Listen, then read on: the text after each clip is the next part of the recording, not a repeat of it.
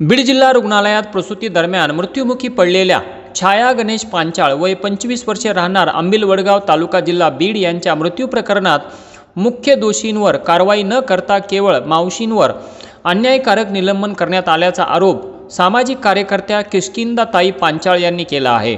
या संदर्भात त्यांनी श्रीधर पाठक मुख्य प्रशासकीय अधिकारी उपसंचालक विभागीय आरोग्य कार्यालय लातूर यांना काल लेखी निवेदन सादर केले। उपसंचालक परिमंडळ कार्यालय लातूर येथील श्रीधर पाठक यांनी या प्रकरणी चौकशी समितीकडून अहवाल अद्याप प्राप्त झालेला नसल्याचे स्पष्ट केले असून आतापर्यंत अहवाल यायला हवा होता, मात्र समितीने तो सादर केलेला नाही असे त्यांनी सांगितले। दरम्यान किष्किंधा पांचाळ यांनी 8 दिवसांच्या आत कारवाई न झाल्यास लातूर येथील उपसंचालक कार्यालयासमोर बोंबा मारो आंदोलन आणि उपसंचालकांना काळे फासण्याचा इशारा दिला आहे।